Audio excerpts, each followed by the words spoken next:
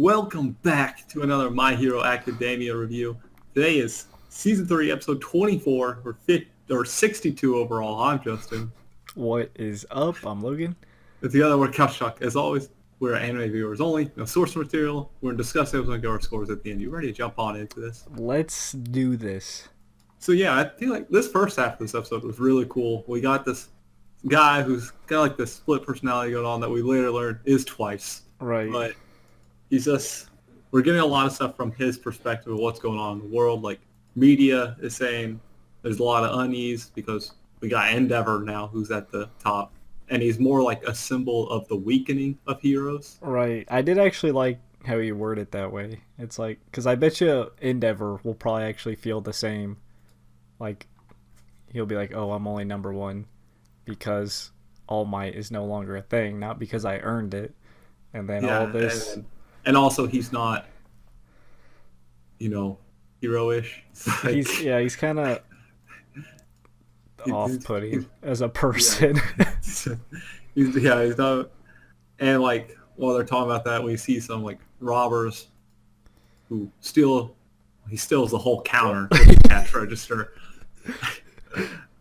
It's like we're just seeing twice like walk around the city as all this stuff is changing and going on now that All Might's not there. And like later, even the principal talks about it later, like the changes happened quicker than they expected. Right. I mean, because it makes sense. Like, the number one guy who stops everyone is gone. So, of course, villains are going to start being more risky or more, like, aggressive. Yeah, and they're kind of like moving around. Like, Garen calls like twice to ask him where Dobby is. And it's like basically all those people, those Shirka, are just, they're going around like spread out in disguises, kind of recruiting villains. Yeah, the League of Villains is kind of, they're separated, but it's to, lose police, to lose the pursuit of the police, but also to like recruit people. Yeah, and they're very strict of who they want. As we see, Dobby is like, you know what? You guys are villains. We don't need you, though. And he just kills them. Dude, that, like, legit caught me off guard. I was like, he just literally roasted all of them alive. Like, yeah. And he's like, oh, at least be useful and burn, like, trash shit. I'm like, oh my Dobby god. is so cool, dude. He's my favorite villain. He's just so cool. He's super cool. Even though I'm starting to like Twice a lot, too, just because of what we're seeing. Like, and we get his story of, like, how he made a whole bunch of clones of himself to really just do all the work for him, essentially. Right, which would make sense. I feel like anyone would do that. Oh, Except I need to clean? Clone. And he can keep making clones. But it got to the point where they all had their own personalities. They're not like clones that just disappear, I guess. So they are him, but not him. To right. Where it got, and when they had discourse and started killing each other, he's not even sure if he's the original anymore at this point. Right, that's crazy. But I don't know if that matters because they are him from that point, I'm guessing, when he splits. Right. And, well, I feel like he is the original because he has the scar, and they kind of turn into goop. But even if I understand like the mental like strain it would have on you to like literally make like 20 of yourselves and then watch them all kill each other and then be like, yeah, and they were torturing him essentially. So right, he probably is like, am I real? He even has like thoughts in his head. We saw it throughout the episode. Like he has like a legit split personality, which is what we see when he was with the League earlier in the season, where he was like all goofy and funny, but the real him's kind of just right. That's what I thought he was. I thought he was just kind of like the goofy villain, for comedic purposes. And then I see this, I'm like, okay, wow, he actually has a really messed up past. And it's a dark line. Pretty much his reasoning for being a villain is kind of like it's where he feels he fits in. Yeah, and he's just completely mentally unstable. It's kind of cool. And then when he's walking around, he just sees the original robbers all just murdered. Yeah, they're all like dismembered by a group of like the plague doctor type people. Right. We got one's name, Overhaul. Yeah, something like that, yeah. They do look like a plague doctor gang, though, so... They were pretty cool. They might get recruited. I mean, we have villains killing villains. Like I know. they're just true villains are just killing villains. They don't care who you are. Right. That's the interesting thing. Like villains are kind of like breaking into groups, but also they're like, if they feel villains are useless to them, they just, well, at least the powerful ones just go around killing others. It's like, Jesus. Hey, they got the cash register. They easy work. You just kill the people who already stole the stuff. Right. Which will be interesting because I'm guessing we're gonna have to, because it ends with Twice's story kind of ends with him meeting that group. Right. So I'm assuming he's gonna, attempt to recruit them. I'd be nervous if I walked up on that. Yeah, and he needs to find. I'm guessing he's probably gonna have to run into Dobby at some point since that one guy's looking for him. Just follow the smell of burnt bodies, I guess. Burnt corpses, just crisp. But yeah, and then we go back to the school with Deku and Bakugo still in house arrest, and it's kind of dumb that they can't go to class when they're in house arrest. That's like, I feel like it is kind of like too far. Like, why can't they just come to class and go right back to the dorm? Like, yeah. But I think they assume it's a punishment. Yeah, it's like in school suspension, I guess. Right. And now like Deku's like upset he's gonna get behind class because when he does finally show up, they talked about like the hero work studies. How it's kind of like the internships, but a little more involved because they have their licenses, which normally first years don't get. Right.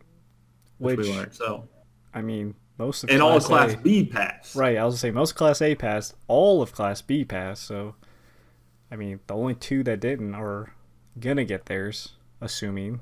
Yeah, they should. Really, there's not. I mean, we get the big three, which one of them was following Deku around earlier. That was so creepy. Like the way he was. It was funny, but it was. He was just like. He like pops. I'd be like haunted to sleep that night. I don't know. He just has the goofiest looking face, right? Too, man. It's like he's not a real person, kind of. Look, I wonder what his quirk is, like, because he was like phasing through the building and then phasing. He almost seems like Rogue from X-Men. How she can move through walls. But how did he? I don't know. I think that's Rogue. I'm pretty sure that's Rogue. Whatever the point is. But I'm guessing there's more to it. Yeah, I'd assume so. And of course, the other two, we know really nothing about them. They're a little more serious than him, it looks like. Right. Though. He looks... You always have to have a goofy one and a bunch of serious people. Right. They kind of look all like the blonde-haired one looks like goofy. The other one, like the one with like the longer hair, not the girl, but the other guy looks super serious. And then the girl seems she's kind of in between or something. Yeah, because it looked like she was kind of gossiping with the blonde guy earlier in the episode. She's like, hey, remember, or did you hear about, those two first years fighting? And that's what got him interested. It did. I'm kind of excited for these three, though. If they have an entrance like this, where it's like, these are the top dogs at UA, they're known as the big three. And I mean, throughout anime shonens, there's been lots of big threes in like popular shonens. So these, I'm excited. Yeah. I still want to point out it's kind of funny to me. Like, Mike teaches English when he's like, the way he talks and everything. He's an English teacher, and then that.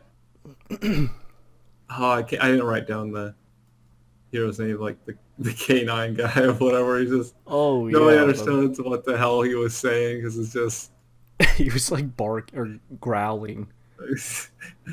Well, he's also got the guard hound thing. Dog. Yeah, hound dog. He's got the guard the thing muzzle on too. thing. Yeah. It's so funny. Like when they're like, why did they even bring him anyway? Like because they couldn't understand. Yeah.